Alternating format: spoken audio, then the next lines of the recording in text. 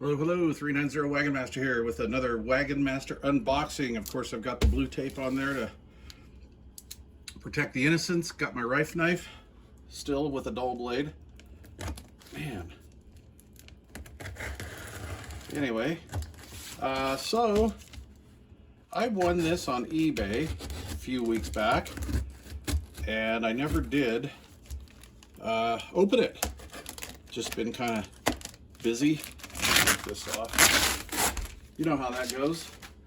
So anyway, time to tear into it. So I go through these phases where I want to collect something, you know, like maybe some Pride products or some Palomar products or something like that.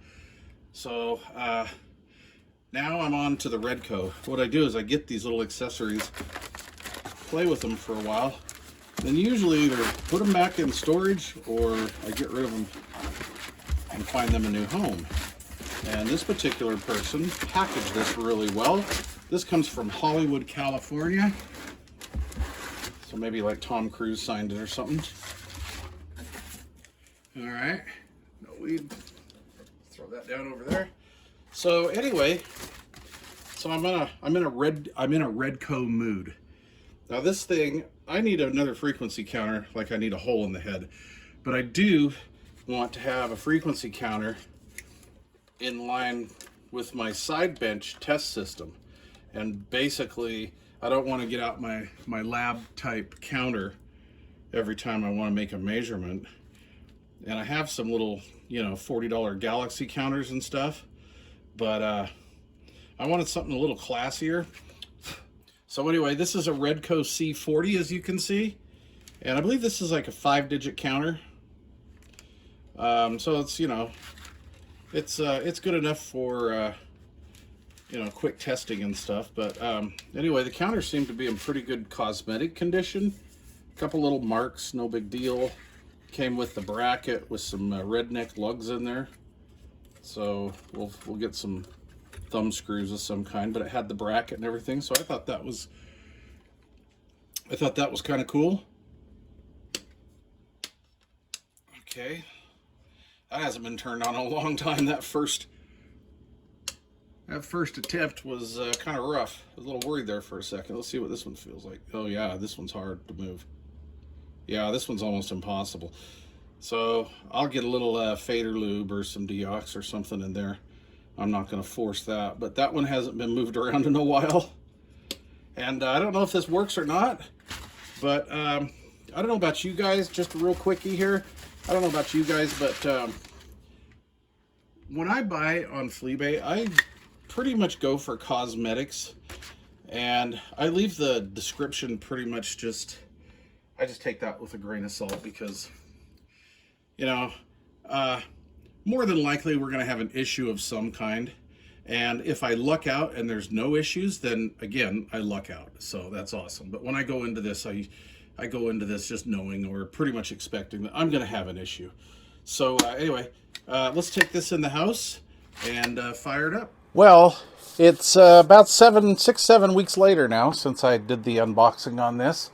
And through the magic of YouTube, it's like a half a millisecond, right? All right, so we've got the unit here on the table. And before we plug this in, we're going to check our fuse. And let me get real close. That's a 2 amp fuse, so that's a good sign, right? No 20 amp fuses in there. If I see a big thick bladed fuse, I get a little worried. Okay, so this is the reason why I wanted this counter. I just wanted a decent bench counter that I could just put up here in line with my watt meters. And then I could just get a quick reference on like where I'm at. And again, like I'm kind of in a REDCO moment still several weeks later. So anyway, this is just a through coax.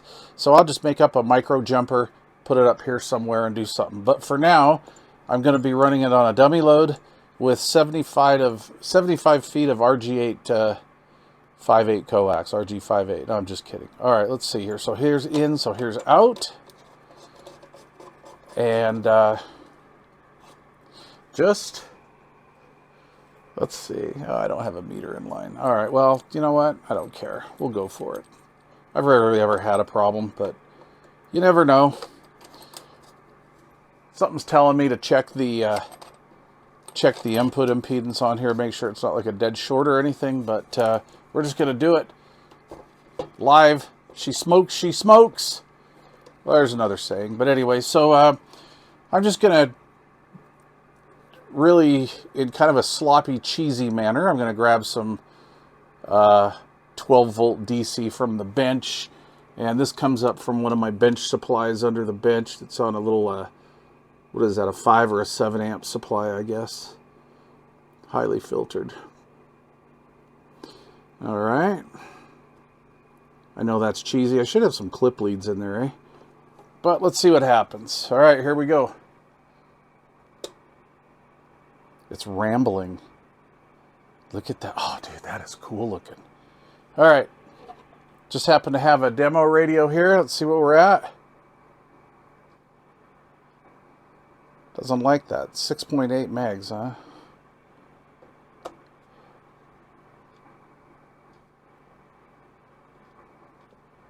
I wonder what my input tune is on that. That's kind of crazy.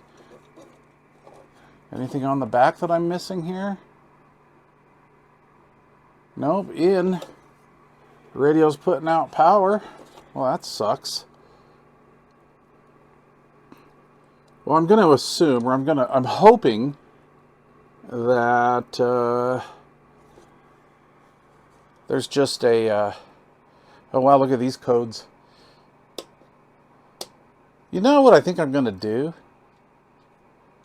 Is I think I'm going to let this thing sit and, yeah, look at this. I'm going to pull the cover off. Let's take a look inside. But like right now, my game plan is I think I'm going to let this sit in percutute. All right, so it's about 20 minutes, 25 minutes later. This has been percututing on the bench. I went up and made some tea, and we're still rambling. The thing's still running. The back is really nice and warm. This has got a 7805 metal-cased voltage regulator on the back. I wonder what kind of amperage is being pulled off of that thing. Anyway, earlier in this video, I believe, I may or may not have said it, but I generally, I check these coaxial connectors. Back in the day, I used to collect SWR watt meters, like little ones, like from Midland, Royce, Micronta, formerly known as Radio Shack. And anyway, one time I learned a very valuable lesson. I got a hold of a Royce meter that was literally mint. And I just hooked it up to a radio, and I just grabbed a radio off of the counter, and it was like a brand new Cobra 25. And I hooked the Cobra up to the meter, to the dummy load, go to check it, you know, see if the watt meter section's working, and it's acting weird, and it smoked the new Cobra. And I'm like, wait, what? And so I open it up, and most of the meters and these counters, they'll have like this bridge, right? And sometimes they're shielded. They'll be in like a metal tank-like setup, and sometimes they're open like this. And what they do is they grab signal with a capacitor or a little coil, or however that, you know, the unit is designed, and that goes off to the main circuit board, kind of like this. They've just got a little disc capacitor, like probably like a 0.01 or something coming off of here, and that's how it gets its signal. But anyway, I usually check those now. You know, I've only seen it that one time, but it cost me a little, you know, it cost me a couple bucks to fix the radio and a lot of headache. And so anyway, get a voltmeter or you know, an ohm meter, volt ohm meter, and check impedance. Make sure there's not a dead short. There's probably not, but you never know. All right. So anyway, she's been percututing. This capacitor looks kind of jinky the way it's soldered on, so I'm going to do that. I did move this around a little bit. Anyway, so let's see what's going on. This is getting easier to work. Oh yeah, that's cool. Way cool. All right. You know, sometimes you just got to turn these things on and just let them sit for a while, you know? And I don't know if that is something to do with me just letting it sit in percutute, or if I jiggled anything in around here. And then this switch could have had something to, oh, see, like it doesn't want to go, like, see, it got kind of stuck halfway right there. I just kind of half-heartedly switched it. So anyway, I'm gonna spray some fader lube or some D5 or something down in there, and I may or may not get some results. But anyway, I'm pretty happy with it. It works. Let's unhook it real quick, and you can see the back, and then we'll wrap this video up. I'm sorry it's really long and boring. I don't know how you guys like long content videos. I like them, personally. I like watching long content videos. But anyway, I'm weird. So, on the back, yeah, this is a 7805 voltage regulator, stamped 7506. So this was from June of 75. I'm going to assume it looks like to be a Fairchild part. But we have our RF ends here, and then we have a little bit lower voltage or a little bit different hookup here. And I could hook this up to possibly the RF sample on the bird or not. That's not very efficient, but anyway, maybe. But the reason why I bought this counter was I wanted just a quick reference bench counter that I can hook permanently up with my meters, and I don't have to swap anything out. The way I have my bench set up is I have 1 meter on a 1500 watt dummy load. I have another meter on a 300 watt dummy load, and they're independent of each other. And then I've got them also so I can switch them and tie them into each other. So I can use one for forward, one for reflect, or one for RMS, and then one for PEP, feel-good watts. This is whatever. But anyway, I wanted to have a counter inline just right here on the bench, coaxial, in line with one of the meters here. Because generally how I have to do it now is I have to drag out my lab meter, and I don't really want to do that. So anyway, yeah, there you go. Yeah, see, that switch is acting funky, right? Starting to. So see, that's just going to get worse now. So anyway, I'll spray something in there and we'll see what happens. And another reason why I bought this, because I'm in a REDCO mood, and this is actually a device that I actually want, but I just like the looks of this stuff, and I'm kind of in this REDCO mood. I shouldn't be doing that with dry fingers, but I love the cabinetry. I love the way this cabinet is. I mean, the color is ugly and really cool in its own way because of it's so butt ugly.